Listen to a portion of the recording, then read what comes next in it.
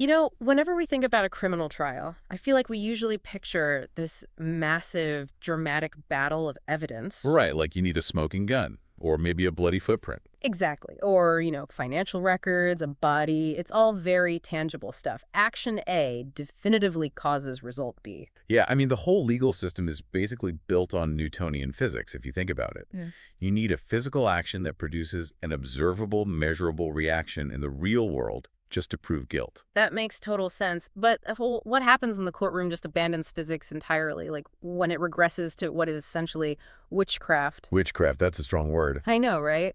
But imagine a judge deciding that a whispered word by an absolute nobody can magically blow down a city wall simply because they say it did. Oh, wow.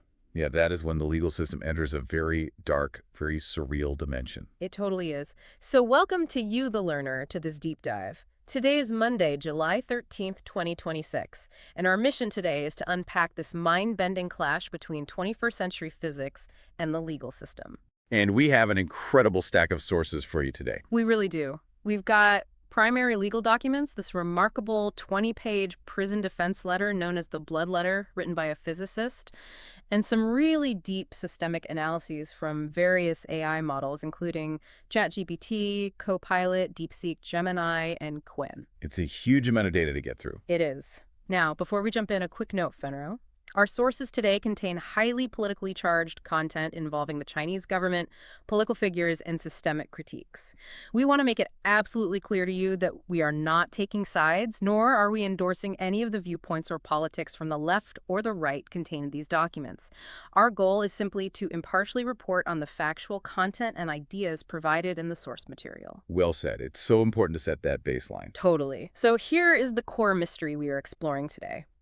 How does a scientist use quantum mechanics, complex systems theory, and network topology to defend himself against a criminal charge of provoking trouble, just over a handful of retweets? I mean, it's a defense strategy that is totally unprecedented. One of our AI sources actually called it a cross-disciplinary dimensional strike. A dimensional strike. I love that.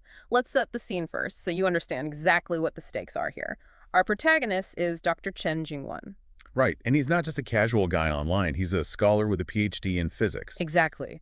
He specializes in complex systems and nonlinear dynamics, and he's worked for decades in top research institutions. Fast forward to 2019, and he moves back to a rural village to care for his aging parents.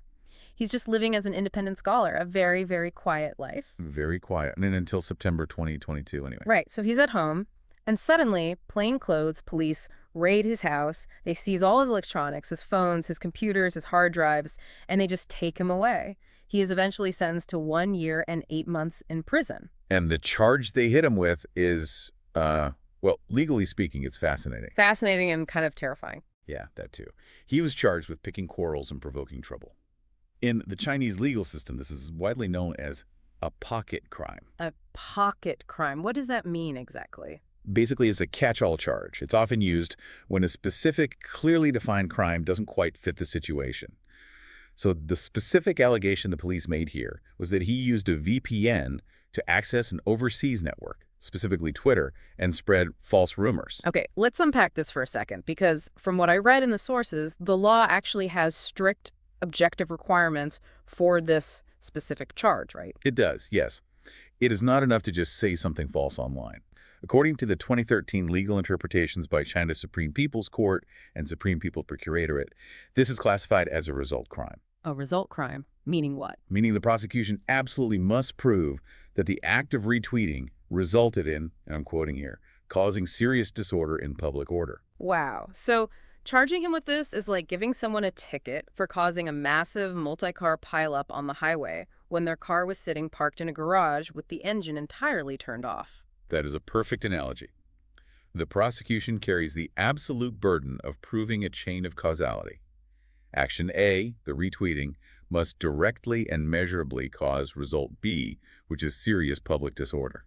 We're talking about tangible chaos then. Riots in the street, mass public panic, that kind of thing. Exactly, the complete paralysis of public services. Yeah. Real physical disruption. But here is the massive twist in the narrative. The police scoured decades of his digital life. They turned it completely upside down. And what did they find? Not much, honestly. Right. Dr. Chen's Twitter account had fewer than 100 followers, and he even noted most of those were likely zombie accounts, just bots. Over the span of decades, his total number of retweets barely cracked double digits. And his interaction rate was 0. Absolutely zero. I mean, there were zero riots, zero instances of panic, zero real-world consequences anywhere. It's just a guy in a rural village occasionally clicking retweet on a platform that, by the way, is already totally blocked by the national firewall. Right. And this is where the prosecution's case hits an absolute wall of physics.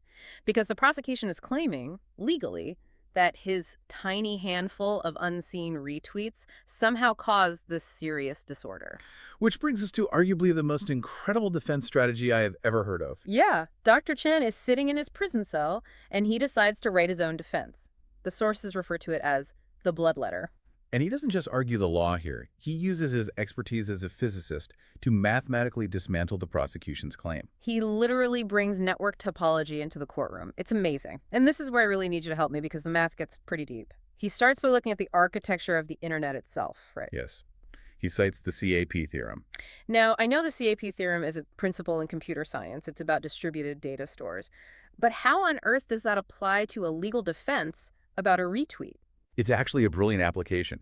The CAP theorem basically states that a distributed digital network cannot perfectly synchronize all data instantly across all its nodes. Okay, so there's always going to be a delay. Exactly. There is always a mechanical lag, fragmentation, or partition. Dr. Chen is arguing that just because he clicked retweet on a blocked server located overseas, it doesn't mean that information instantly and perfectly propagated to a local network in China. Oh, I see. The architecture of the internet physically prevents that kind of instantaneous, perfect transmission. The data doesn't just teleport. Right. But he goes even further than that. He also brings up the concept of scale-free networks. Scale-free networks, how does that work in this context? Well, think about social media as a giant web. A scale-free network isn't just an even, flat grid. It has a few massive, highly connected hubs. Like major news outlets or viral influencers with millions of followers. Precisely. And then on the other end, it has millions of tiny disconnected edge nodes. Dr. Chen argued that, mathematically, his account is the ultimate edge node. He is basically shouting into a void. Yes. And he backs this up with some serious math. The AI models analyzing the case point out his use of the Galton-Watson extinction theorem. The Galton-Watson extinction theorem, what exactly is that? So this is a branching process model. It's actually very often used in epidemiology to predict how viruses spread through a population. Oh, like measuring how contagious something is? Exactly. You have a transmission parameter, which we call the R0 or R0. If the R0 is greater than 1, the virus cascades. It infects one person, who infects two, who infect four, and it spreads exponentially. Right. That makes sense. But if the R0 is less than 1, the spread is mathematically guaranteed to die out. So it's like trying to start a roaring forest fire by striking a single damp match on a glacier. The physics of the environment guarantee that the spark will die before it ever catches anything. That's a great way to visualize it. Yeah. Chen calculates that for an edge node like his account, with barely any followers and absolute zero engagement, his R0 is drastically less than 1. So he's telling the court, it's not just that my retweets didn't cause a cascade of chaos. It's that mathematically, according to the laws of physics and network dynamics, they could not possibly have caused a cascade. The transmission is guaranteed to go extinct. But wait, I have to play devil's advocate here for a second. What about the butterfly effect?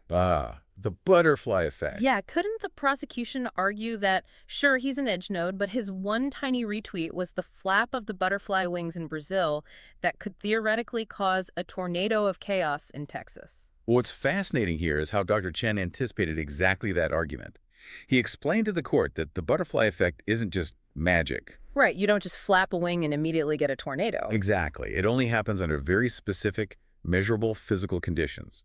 Namely, when a complex system is in what's called a supercritical state. A supercritical state, meaning what exactly in this context? Meaning the system is already teetering on the absolute verge of collapse.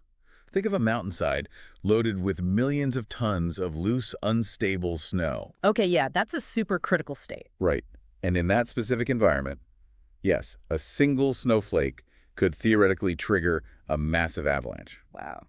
So Chen basically says to the prosecution, okay, if you want to claim my solitary retweet caused an avalanche of public disorder, you first have to physically prove that the entire Chinese internet was in a supercritical state. Precisely. You have to prove it was teetering on the verge of total collapse. Yeah.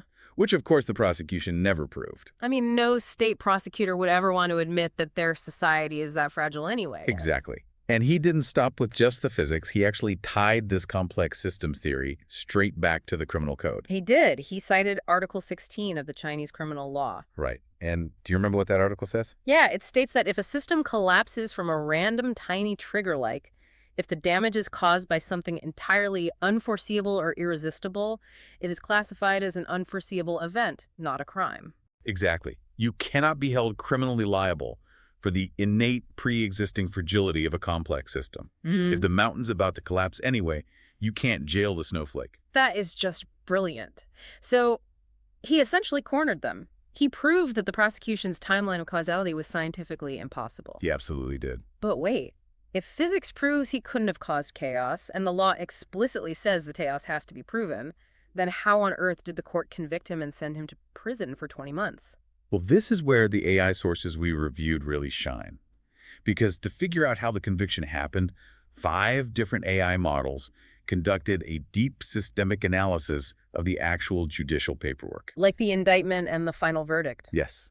And they uncovered a massive structural failure in how the court operated. Let's look at that two highs rule again, because we mentioned earlier that the 2013 legal interpretation set a strict requirement for serious disorder. It did. It set a very strict numerical threshold. Right. To be criminally charged, a defamatory or false post must have at least 500 retweets or 5,000 views. It is a highly quantifiable, objective, legal threshold. And Chen had nearly 0. So I was racking my brain trying to figure out how a judge legally justifies skipping over that hard number. That's confusing. Totally. Yeah. But when you look at how the AI models broke down the judicial paperwork, they spotted a loophole. What do they call it again? The AI models identified a specific legal phenomenon happening here. They translated the Chinese legal concept as result element nullification, or the emptying of elements. Emptying of elements, meaning they just hollowed out the law entirely. How does that actually work in practice? So in a standard criminal case, the evidence is supposed to drive the conclusion, right? But here, the structure was completely inverted. The police didn't investigate or document any actual chaos at all. They just found the retweets. Exactly. The prosecutor, lacking any physical evidence of disorder, vaguely wrote in the indictment that Chen disturbed social order. Which is just an abstract, generic label. It means nothing physically. Yes. But then the judge took that vague, abstract label and magically upgraded it in the final verdict to meet the strict legal standard. They wrote that Chen caused serious disorder in public order. Right. And the judge did this without citing a single piece of supporting data. No retweet counts, no impact reports, no witness testimonies of riots, nothing. It's like changing the law for murder. A result crime means you need a dead body. The result to prove murder. The judge essentially changed it to an act crime. Right, meaning just pointing your finger at someone like a gun gets you convicted of murder, even if the person is standing right there perfectly alive. They just erased the need for the result. That is exactly what happened. They turned a result crime, where you have to prove the damage, into an act crime, where just doing the thing is illegal, regardless of the consequences. It is the ultimate legal shortcut. If you don't have the evidence, you just substitute a legal label for the missing facts. You write the conclusion you want, and you pretend the evidence exists. But wait, the court still had to prove intent? Right? The subjective intent. I mean, the prosecution has to prove he knew the posts were false rumors. Yes, the knowing and intentional element of the crime.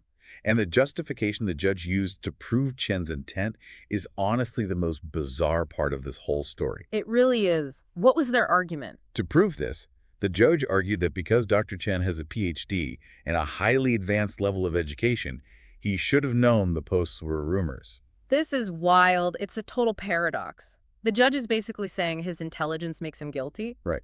But if he is so incredibly smart, why couldn't he see what the judge claims is so obvious? It's like Schrodinger's knowledge. That's a great way to put it. He is simultaneously an evil genius who knows everything and a complete idiot who can't spot a basic rumor, depending entirely on what the prosecution needs at that exact moment. If we look at this through a strict legal lens, the AI analyses point out that this is an illegal presumption of guilt based on identity. Explain that a bit more. Well, you cannot use someone's demographic profile, their race, or their educational background as a substitute for hard evidence of their subjective intent. Right. Cognitive ability cannot replace evidence of a real-world result. Exactly. The judge essentially said, you have a PhD, therefore you are guilty. It completely bypasses the need to prove what he actually knew at the time of the retweet. It's terrifying logic, and it brings us to the actual content of what he retweeted, because the court labeled all of it as false information or rumors. And when you hear the word rumor, you think of something serious. Exactly. When I read the sources, I was expecting him to have leaked state secrets or maybe fabricated a terrorist threat, but when you actually look at what the court deemed a dangerous rumor, it's totally absurd. The content is incredibly mundane when you really break it down. Right. We aren't talking about fake bomb threats. There were 4 categories of posts. First, art. He retweeted a political cartoon showing Xi Jinping kneeling to Donald Trump. Then there were emotional expressions. He retweeted a picture of a candle to commemorate June 4th. Then, theoretical commentary. He retweeted a video of a speech by Donald Trump criticizing communism. And finally, historical facts. Some documents showing the editing history of Mao Zedong's selected works and cadre pension slips. How does a court fact-check a cartoon? They can't. The AI sources, particularly Gemini, highlight a massive category error happening here. You simply cannot legally fact-check art.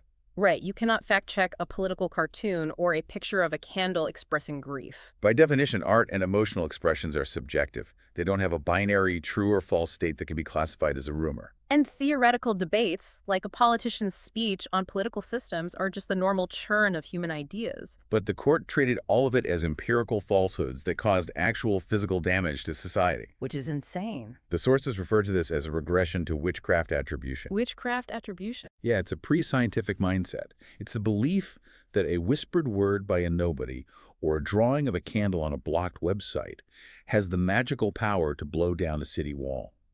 It abandons the concept of causality entirely. Here's where it gets really interesting, though, because Dr. Chen actually got to test the court's hypothesis in the real world. Ah, the natural experiment. Yes. So after serving his 1 year and 8 months in prison, Dr. Chen was finally released. He went home, got on a computer, and checked his social media accounts. And the very posts that the court claimed had caused serious disorder in public order, they were still there. The authorities hadn't even bothered to delete them. Exactly. If these posts were so incredibly dangerous, so critical to the stability of the nation, you'd think they would be scrubbed immediately. But they were still alive. And what did the metrics look like? He looked at the engagement metrics. After all that time, including the nearly 2 years he was sitting in a prison cell, they still had 0 retweets, 0 likes, 0 comments. From a scientific perspective, this functions as a perfect post-facto natural experiment. It empirically proves the court claim was entirely fabricated. If those posts actually had the power to cause a massive social avalanche, they would have gained at least some traction over 2 years. But they remained in a state of total digital silence. It proves that the serious disorder was a ghost. It never existed anywhere except in the text of the judge's verdict. If we connect this to the bigger picture, this case is about so much more than one physicist and a few retweets. Yeah, definitely. The AI models unanimously point out that this represents a terrifying structural failure in the justice system itself. So what does this all mean? Why should you, the listener, care about a hyperspecific legal anomaly from a local court? Because it reveals what happens when a legal system is driven by institutional pressure rather than evidentiary rules. When authorities use a pocket crime, like picking quarrels to punish someone, and they simultaneously abandon the requirement of proof, the law ceases to be a shield for citizens. It just becomes a weapon for the state. Exactly. In this case, the police, the prosecutors, and the judges acted in complete concert to bypass the evidence. And the sources noted that one prosecutor even admitted to Chen's lawyer that superiors had ordered this to be an ironclad case, despite the complete lack of evidence. Right. It completely empties out the core of criminal law. That 500 retweet threshold we talked about earlier, it was written precisely to prevent this kind of overreach. To ensure that only actual measurable harm is punished. But by ignoring it, the court effectively said, the rules only apply when we want them to. Which sets a terrifying precedent for how digital footprints are treated by unchecked power. Think about your own digital footprint for a second. The articles you save, the memes you like, the posts you mindlessly retweet. It's a lot of data. It is. If the requirement for actual tangible evidence of harm is removed from the law, then anyone's digital history, no matter how small, no matter how unread, can be retroactively weaponized against them They can just slap an abstract label like causing disorder on your online activity. and lock you up without ever having to prove that a single person even saw your post. It creates a state of perpetual vulnerability. If causality doesn't matter, everyone is theoretically guilty of something, just waiting for the right label to be applied. It really makes you rethink what it means to be online today. So, to recap the incredible journey we've been on today, we watched a brilliant scientist use the mathematics of complex systems, network topology, and the Galton-Watson process to fight a legal system. He mathematically proved his innocence. But he was fighting a system that had already decided to completely ignore its own rules just for the sake of securing a conviction. He brought physics to a witch trial. And that leaves us with a really provocative question building on what these AI sources analyzed.